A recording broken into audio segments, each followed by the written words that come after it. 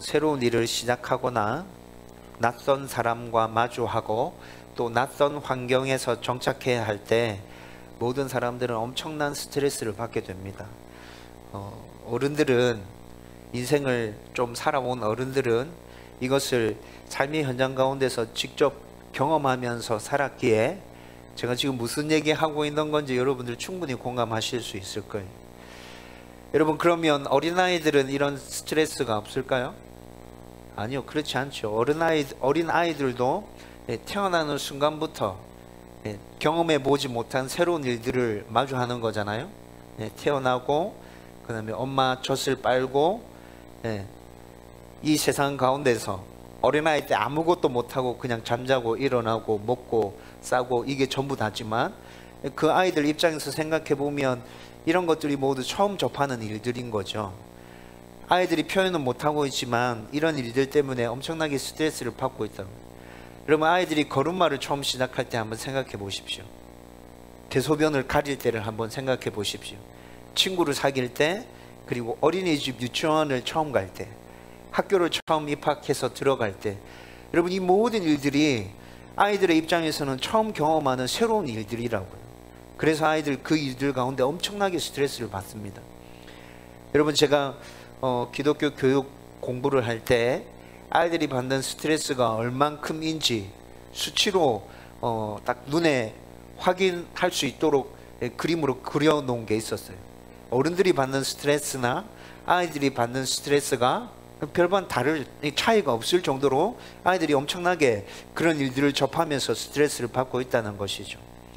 여러분, 이렇게 아이들이 스트레스를 받으면 풀어낼 수 있는 또 방법이 있어야겠죠. 그래서 아이들은 놀이를 통해서 이 스트레스를 풀어내게 됩니다. 여러분, 아이들이 놀이를 할 수 없게 되면 이 스트레스를 분출하지 못함으로 인해서 여러 가지 문제가 생기거든요. 근데 요즘에 아이들의 놀이 시간을 공부가 빼앗아 버렸죠. 그래서 아이들에게서 굉장히 많은 문제가 나타나고 있는 것이 사실이잖아요. 여러분, 아이들이 놀이를 빼앗음으로 인해서 또 아이들은 혼자 할 수 있는 게임이나 아니면 방 안에서 혼자 할 수 있는 뭔가를 찾아서 그렇게 개인적인 생활로 숨어 들어가게 됐어요. 이런 일들 때문에 여러 가지 사회적인 문제들이 생겨나고 있다는 건 우리는 잘 알고 있습니다.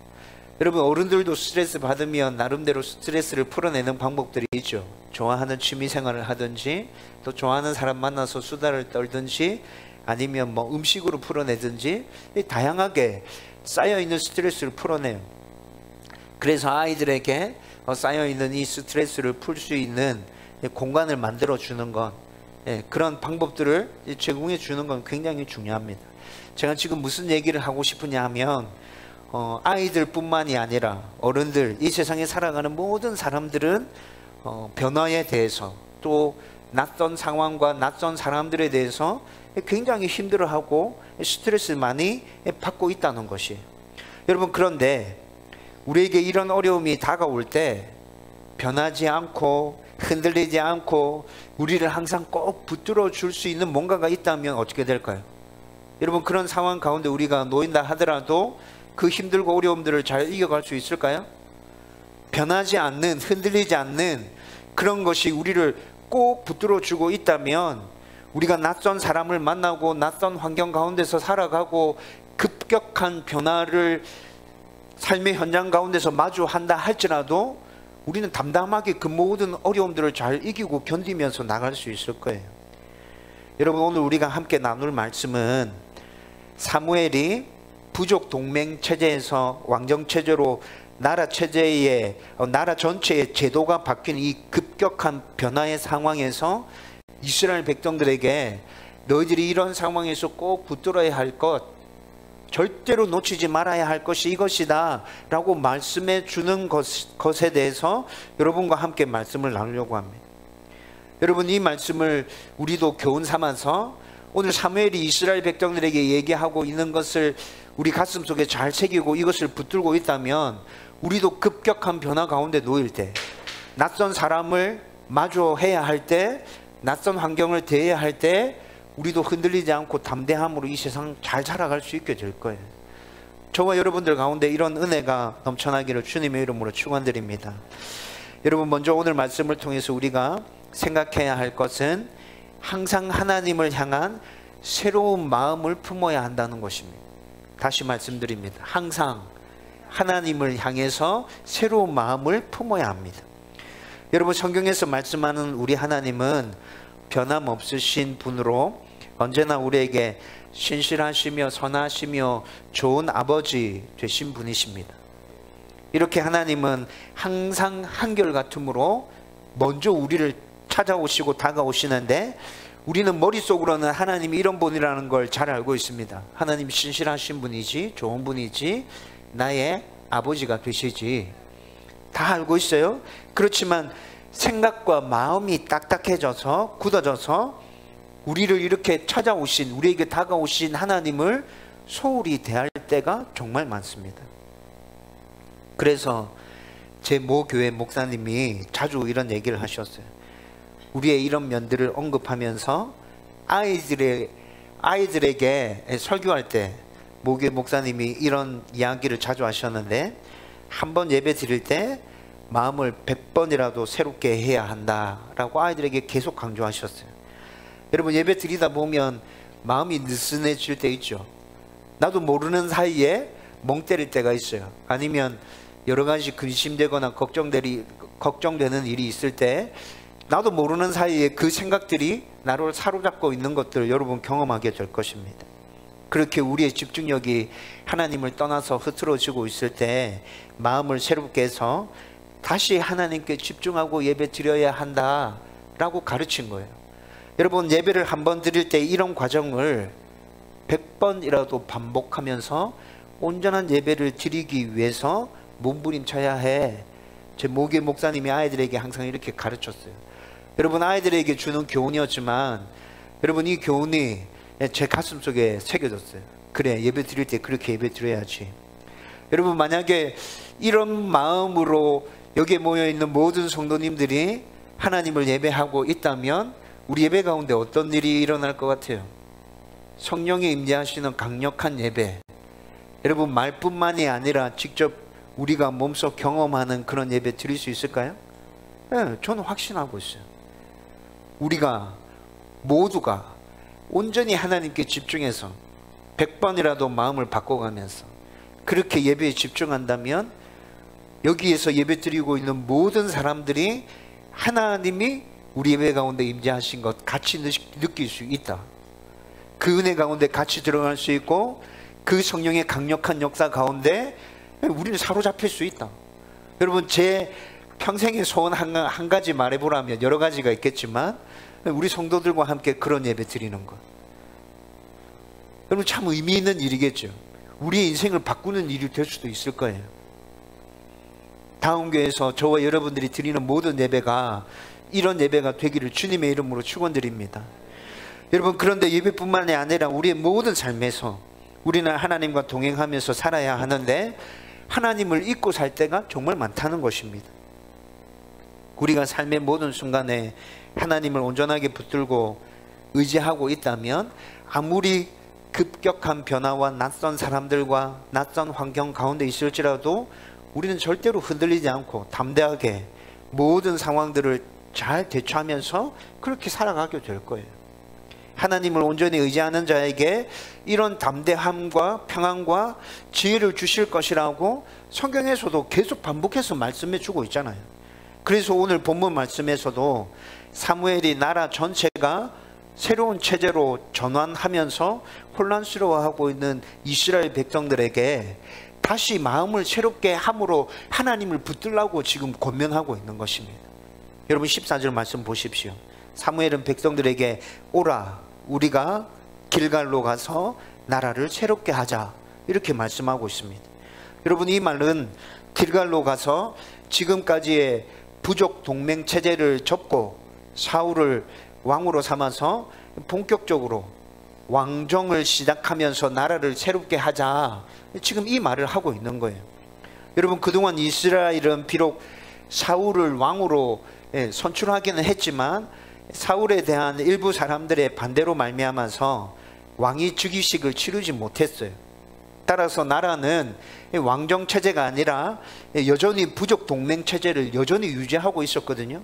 그런데 여러분, 3달 전에 우리가 사무엘상 11장 1절에서 13절까지의 말씀을 통해서 사울이 암몬 족속을 무찌르는 그런 말씀들을 함께 나누었어요. 하나님께서 사울을 왕으로 세우셨을 뿐만이 아니라 은혜를 주시고 능력을 주시고 믿음을 주심으로 말미암아서 암몬 족속을 쳐부시고 왕으로서의 자질을 확인시켜주고 백성들로부터 지지를 얻어내는 말씀들 3달 전에 우리가 나누었거든요. 여러분, 이렇게 암몬 족속과의 전쟁을 승리로 이끌면서 사울은 이제 백성들로부터 왕으로 인정받게 되는 거죠. 그래서 사무엘은 이참에 사울의 왕위 즉위식을 정식으로 치름으로써 나라의 정치 체제를 왕정으로 완전히 바꾸자, 지금 이 얘기를 하고 있는 거예요. 눈으로 드러나고 있는 메시지는 오늘 14절 말씀이 지금 이것을 얘기하고 있는 거라고. 나라를 새롭게 하자, 이 말 안에 그 의미가 담겨 있다는 거죠.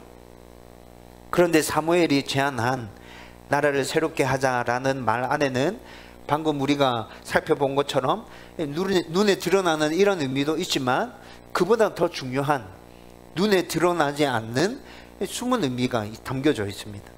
사무엘은 지금 사울을 정식으로 이스라엘 왕으로 추대하면서 그 의식을 통해서 이스라엘 백성들에게 숨은 의미를 각인시키기 위해서 지금 길갈로 모이라고 그렇게 명령하고 있는 거예요. 여러분, 지금까지 사무엘상 강해를 쭉 해오면서 길갈이 이스라엘 백성들에게 어떤 의미를 지닌 지명인지 설명했던 적이 있습니다. 다시 간단하게 설명해 드리면, 길갈은 이스라엘 백성이 가나안 땅에 들어와서 첫 번째로 진친 곳이었습니다. 여러분, 하나님께서 약속하신 가나안 땅, 40년 동안 광야 생활을 통해서 여러분 가나안 땅에 도착했죠. 그 가나안 땅에 이스라엘 백성들이 첫 발을 내디딘 곳이 어디라고요? 길갈이라고요. 그리고 요단강을 건너면서 취했던 돌 12개, 그 12개로 수많은 기적 가운데 광야 40년의 여정을 인도해 주시고, 또 요단강을 건너는 중에 홍해를 건널 때처럼 완전히 새로운 하나님의 백성으로 거듭나게 하시고, 또 약속하신 가나안 땅에 도착한 후에는 하나님을 찬양하는 삶을 살면서 후손들에게도 하나님께서 하신 일들에 대해서 기억할 수 있도록 요단강에서 취한 12돌로 기념비를 세우잖아요. 여러분, 이 기념비를 세운 것도 어디예요? 길갈이에요. 여러분, 이것뿐만이 아니라 또 길갈에서 40년 동안 광야 생활을 하면서 하나님의 백성이라는 언약의 징표인 할례를 이스라엘 백성들은 행할 수가 없었죠. 그런데 길갈에 도착하고 난 이후에 하나님께서 시내산에서 이스라엘 백성들과 맺었던 영원 불변의 언약, 나는 너희의 하나님이 되고 너희는 내 백성이 될 것이다 라는 그 언약을 다시 상기시키며 할례를 행했던 곳도 길갈이었습니다. 여러분, 가나안 땅에 길갈이라는 곳에 이스라엘 백성들이 딱 도착하자마자 하나님께서 이렇게 하셨다고.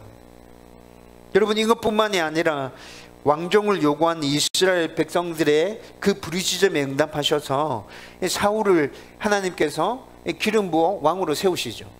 그런데 처음에 사울을 기름 부을 때 사무엘과 사울 두 사람만 아는 비밀로 이렇게 기름을 붓잖아요. 그리고 난 다음에 사무엘상 10장 말씀, 우리가 살펴본 말씀이었는데, 기름 붓고 난 다음에 일주일이 지나서 길갈이라는 곳에서 하나님께 번제와 화목제를 드리는 모습이 나타납니다.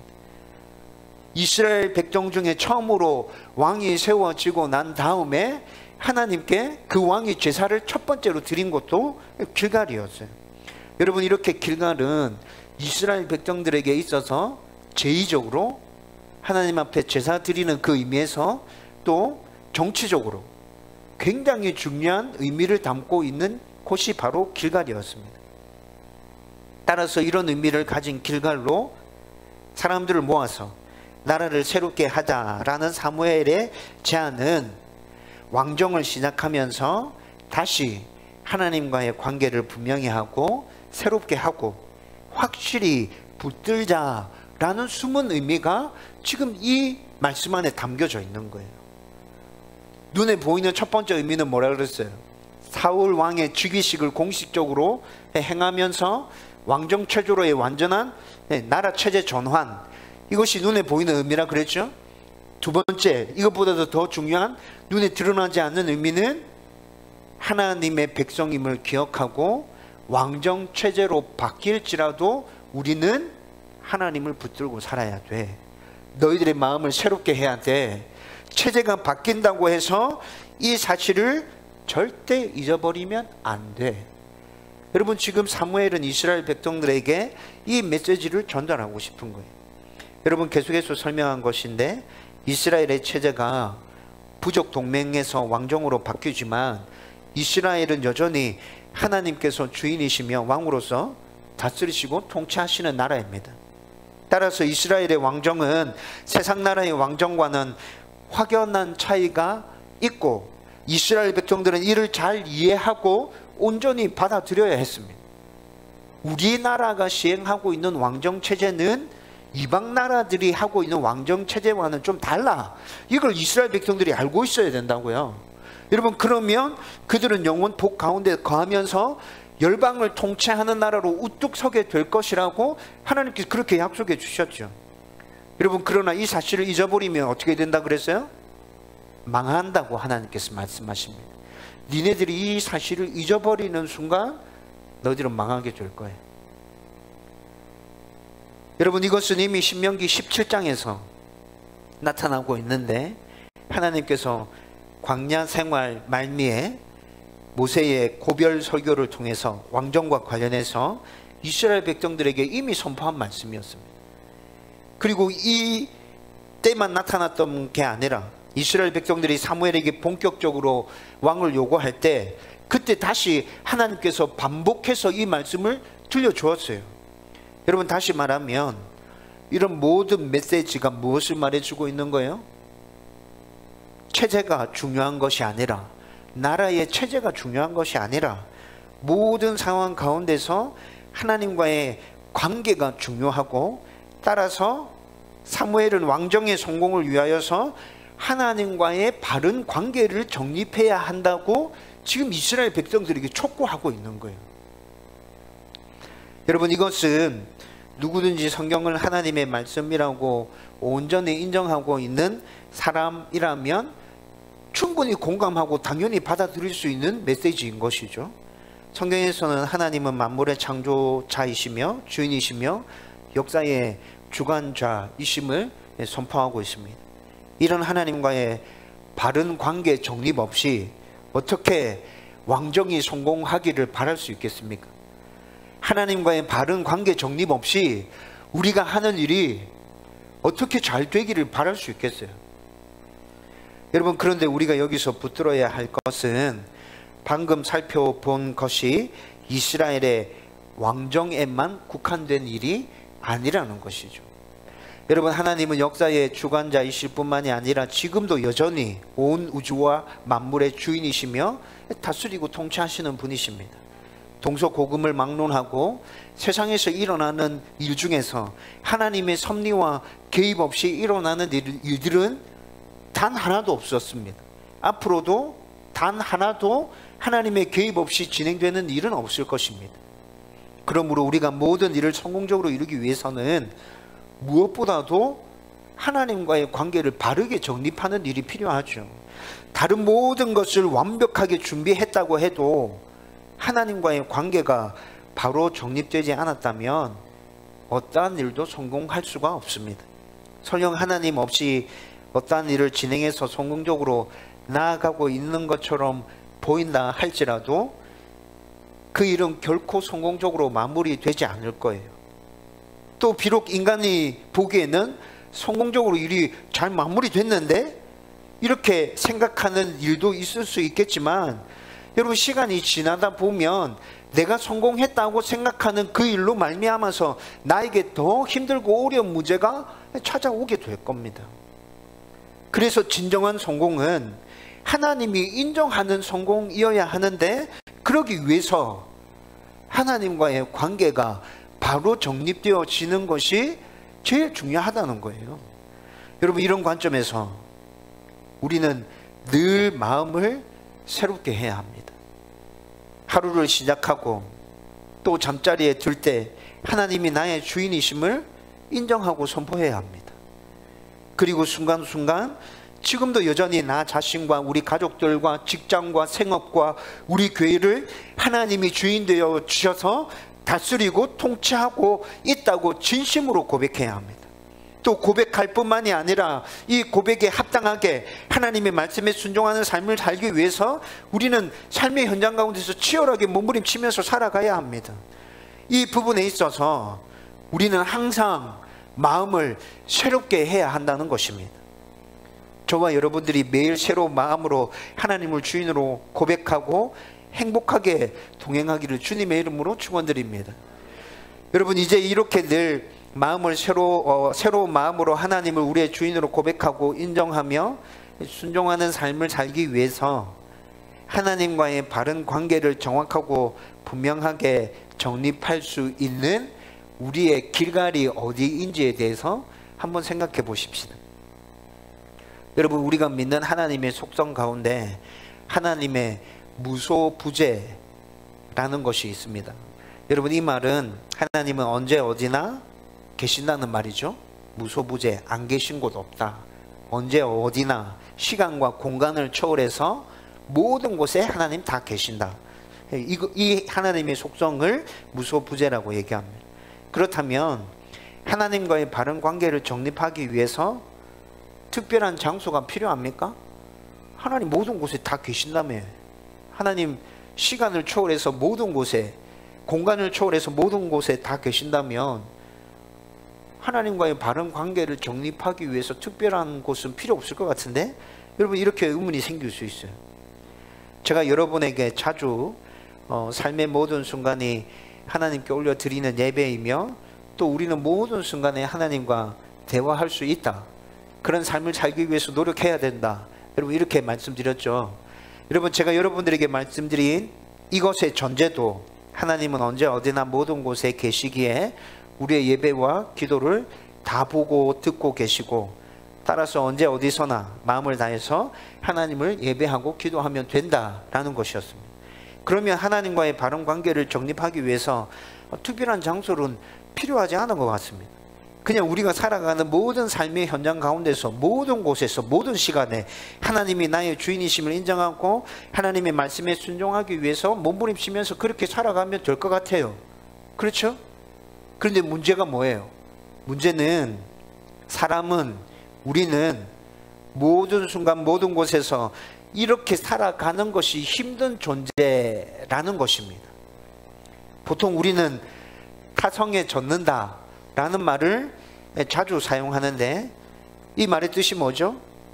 오랫동안 변화나 새로움을 꾀하지 않아서 나태하게 굳어진 습성을 표현할 때 타성에 젖었다 이렇게 말하잖아요. 여러분, 사람은 반복되는 일과 일상에서 타성에 젖기가 쉬워요. 이것은 영적인 부분에서도 마찬가지입니다. 하나님을 예배하고 기도하고 말씀에 순종하는 것에서 타성에 젖어 있는 우리의 모습들을 얼마나 자주 발견하게 됩니까? 그렇기에 하나님과의 관계를 새롭게 정립하기 위해서 특별한 장소가 필요할 수 있는데, 평상시 우리가 생활하는 삶의 현장에서 늘 새로운 마음으로 하나님과의 관계를 붙들기 위해서 노력하지만 이것이 잘 안 되고 있다고 느껴질 때, 하나님과의 관계를 분명히 붙들 수 있는 특별한 곳, 길갈과 같은 곳이 있으면 영적인 부분에 있어서 하나님과의 관계를 바르게 정립하는 데 있어서 도움이 분명하게 될 것이란 말이죠. 그렇다면 모든 성도가 하나님과의 관계를 분명히 정립할 수 있는 특별한 곳, 우리의 길갈, 어디로 정하면 좋을까요? 여러분, 제 생각에는 이 시대 모든 성도의 길갈은 첫 번째로 교회가 되어야 합니다. 우리가 생활하는 모든 삶의 현장을 통틀어서 여러분, 교회만큼 하나님과의 관계를 새롭게 정립하는 데 있어서 좋은 장소가 있습니까? 주일날 교회 나와서 예배 드릴 때, 또 매일 새벽 기도나 또 수요 기도에서 이렇게 기도할 때 하나님께 마음을 집중하고 하나님과의 관계를 새롭게 정립하는 데 있어서 그 오는 것보다도 제일 좋은 것이고, 또 교회에서 예배 드리고 기도하는 그 시간이 하나님과의 관계 정립에 있어서 그 어떤 시간보다도 제일 좋은 시간 아닌가요? 여러분들이 예배 드리고 또 교회에서 기도하는 그 시간들을 통해서 회복되어지고 또 새롭게 하나님에 대해서 알아가고 하나님의 은혜를 경험할 때 정말 많지 않습니까? 다른 곳에서 그런 일들이 일어나는 것보다 교회에서 그런 일들을 일어나고 그런 일들을 경험했을 때가 정말 많잖아요. 여러분, 교회 올 때마다 마음을 100번이라도 바꿔서 하나님께 집중하고 하나님과의 관계를 새롭게 정립한다면 우리는 항상 하나님과 동행하는 삶을 살아갈 수 있게 될 겁니다.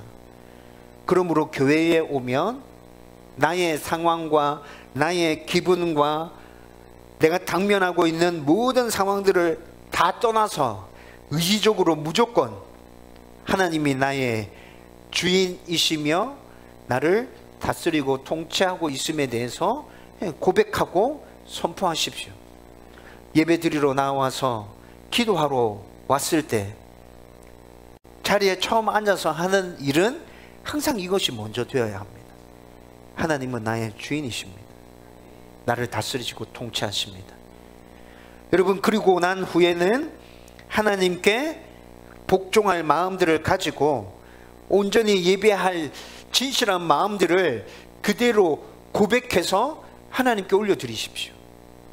하나님, 제가 오늘 좀 힘듭니다. 오늘 기분 안 좋은 일도 있었습니다. 그런데 하나님, 제가 의지적으로라도 하나님을 예배할 것입니다. 나 예배를 받아 주옵소서. 내 예배 가운데 하나님 임재해 주십시오. 나를 좀 만나 주십시오. 지쳐있는 나의 마음을, 힘든 나의 마음을 만지시고 회복시켜 주십시오. 여러분, 이렇게 하나님의 임재를 간구하는 기도를 드리면 좋겠어요. 저와 여러분들이 예배든 기도든 교회 올 때마다 힘과 마음과 의지를 다해서 이렇게 하나님께 집중한다면 우리는 항상 하나님과의 관계를 새롭게 정립하고 행복하게 하나님과 동행하는 삶을 살아갈 수 있게 될 거예요. 주일 예배든 수요 기도든 교회 올 때마다 이런 은혜를 누리는 저와 여러분들이 되기를 주님의 이름으로 축원드립니다. 그런데 또 가끔은 교회만으로는 하나님과의 관계를 새롭게 정립하는데 충분하지 않다고 느낄 때도 있습니다. 여러분, 좀 전에 설명했듯이 사람은 타성에 젖기 쉽다고 말씀드렸죠.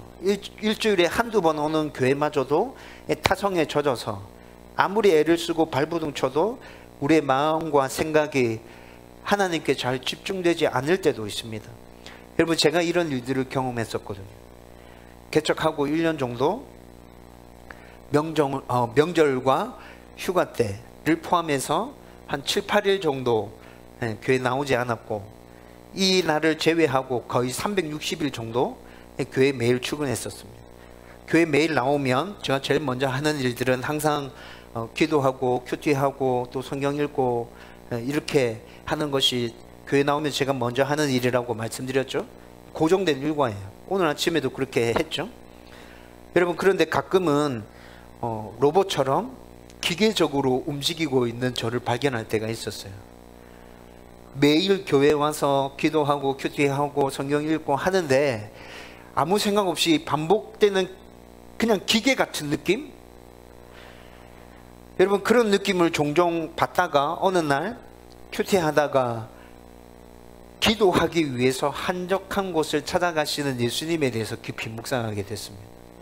그 말씀을 묵상하면서 내가 이럴 게 아니라 나도 기도하기 좋은, 하나님 묵상하기 좋은 한적한 곳을 따로 찾아서 나가야겠다.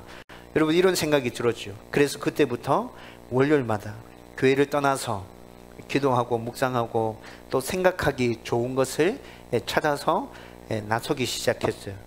그래서 1년 정도는 월요일마다 어릴 때부터 추억이 있었던 가덕기도원에 가서 월요일마다 기도했었어요. 여러분, 그런데 기도원에 가서 기도하는 것은 교회에서 기도하는 것과 별반 차이가 없었어요. 물론 여러분 가덕기도원 가보셨나요?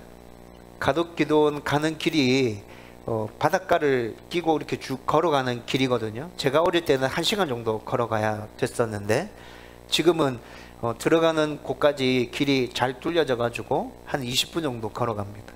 그런데 그 걸어가는 그 길에 바닷가를 끼고 걷는다 했잖아요. 기분 전환도 되고 또 그렇게 20분 정도 걸어갔다가 걸어왔다가 이렇게 하면 일주일에 한 번 정도지만 기분도 상쾌해지고 건강도 좋아지는 것 같았어요.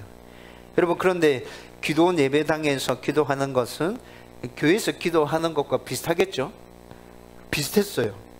여러분, 그래서 1년 정도 가덕기도원에서 기도하다가 다른 곳을 찾아봐야겠다라는 생각이 들었고, 그곳이 지금 월요일마다 계속 가는 가덕도에 있는 거제도 휴게소입니다.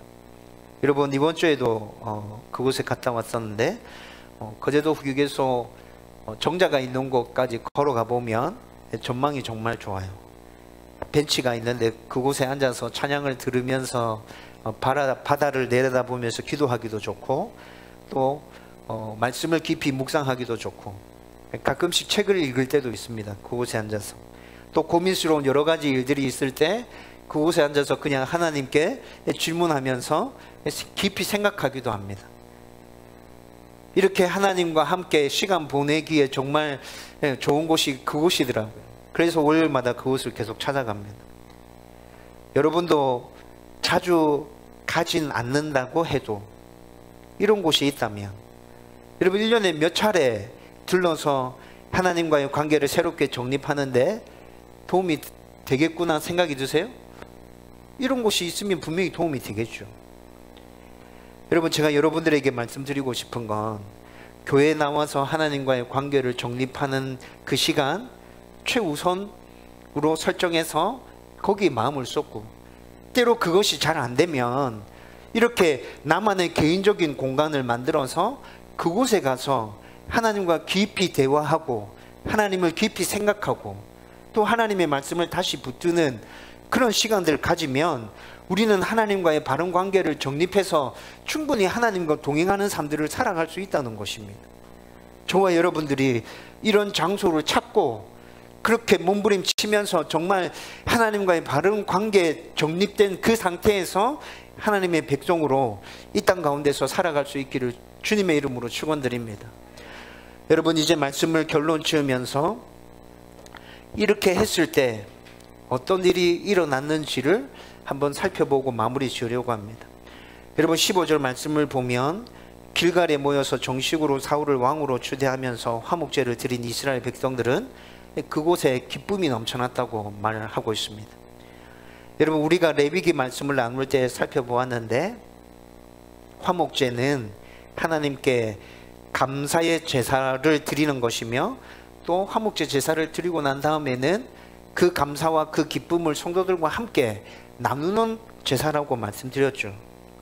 여러분, 그런데 사무엘상 10장 8절 말씀을 읽어보면, 제가 설교하는 중에도 잠깐 설명했는데, 사울에게 기름을 부은 사무엘이 사울과 함께 길갈에서 번제와 화목제 제사를 드리는 장면이 나타납니다. 여러분, 그런데 이 번제와 이 화목제는 이스라엘 온 백성이 참여하는 이스라엘의 전체적인 제사가 아니었습니다. 이때는 아직 사울을 공식적으로 왕으로 선포되지도 않았고, 또 그를 왕으로 인정하지 않는 사람들도 있었기 때문에 그냥 사무엘과 사울 둘만의 제사로서 하나님 앞에 번제와 화목제 제사를 드린 것이죠. 여러분, 그런데 오늘 말씀 15절에서는 온 이스라엘 백성이 화목제 제사를 드리면서 하나님께 감사하고 기뻐하고 있습니다. 여러분, 하나님에 대한 감사와 하나님으로부터 비롯되는 기쁨이 하나님과의 관계를 제대로 정립하고 난 후에 온 이스라엘 백성에게로 퍼져간 것이죠. 처음에는 사무엘과 사울 왕정 체제로 전환하는 그 과정 가운데서 사울이 기름 부음을 받고 처음에는 이 두 사람만 화목제 제사를 드리고 있잖아요. 여러분, 그런데 오늘 말씀까지 다 살펴보고 나니까 하나님과의 올바른 관계가 정립된 상황에서 이스라엘의 체제가 왕정체제로 전체로 전환되는 이 과정에 하나님께서 주시는 그 기쁨과 즐거움이 넘쳐나고 있구나. 두 사람에게만 국한된 기쁨과 즐거움이 아니라 이스라엘 백성의 전체적인 기쁨과 즐거움. 여러분, 이거 어디서 들어본 말씀인 것 같지 않아요? 여러분, 3년 전에 우리가 느헤미야서 강해를 했었습니다. 느헤미야서 강해할 때 이런 비슷한 메시지가 있었습니다. 느헤미야와 포로 귀환한 이스라엘 백성들이 성벽 재건을 완공하고 난 다음에 그 성벽을 봉헌하면서 하나님 앞에 제사를 드리죠. 여러분, 그 제사를 드릴 때 말씀이 어떻게 얘기하고 있죠? 기쁨의 소리와 즐거움의 소리가 예루살렘과 온 열방 가운데 넘쳐났더라 라고 말씀하고 있습니다. 여러분, 설립 예배 드리기 전에 우리가 이 말씀을 함께 나누었었어요. 여러분, 그때 제가 품은 소원이 뭐였는지 아십니까? 우리 다원교회를 통해서 우리 교회에 부어진 그 즐거움의 소리와 기쁨의 소리가 온 영혼 땅으로 퍼져가면 좋겠다. 경남과 부산 지역으로 퍼져가면 좋겠다. 여러분, 오늘 말씀을 보면서 또 비슷한 소원함이 생기더라고요. 우리 성도들이 하나님과의 관계가 바르게 정립되고 난 이후에 우리 가운데 부어지는 그 기쁨과 그 즐거움으로 말미암아서 온 영혼 땅이 들썩거리면 좋겠다. 경남과 부산 땅이 그렇게 기쁨으로 가득 채워지면 좋겠다. 여러분, 그런 소원함이 오늘 이 말씀을 보면서 또 생겼어요. 여러분, 허황된 꿈인 것 같습니까? 망상인 것 같습니까? 아니요, 절대 그렇지 않습니다. 여러분, 작은 교회이고 우리 성도들 숫자 전체 다 해봐야, 아이들까지 다 해봐야 56명이지만 여러분, 우리 가운데 정말 하나님과의 올바른 관계가 정립되어져 있다면, 하나님 앞에 온전한 예배를 드리기 위해서 모든 성도들이 그렇게 발버둥 치고 있다면, 우리 가운데 임한 그 기쁨이, 그 즐거움이 온 영혼 땅을 뒤덮게 될 것입니다. 영혼 땅뿐만이 아니라 부산과 경남을 향해서 그렇게 퍼져가게 될 거예요. 함께 꿈꿨으면 좋겠어요. 하나님과 바른 관계를 정립하고 우리 교회를 통해서 그런 일들이 일어나고 하나님께서 영광 받으시면 좋겠습니다. 그 소원함을 가지고 모두 한 마음으로 나아가는 성도는 되기를 주님의 이름으로 축원드립니다.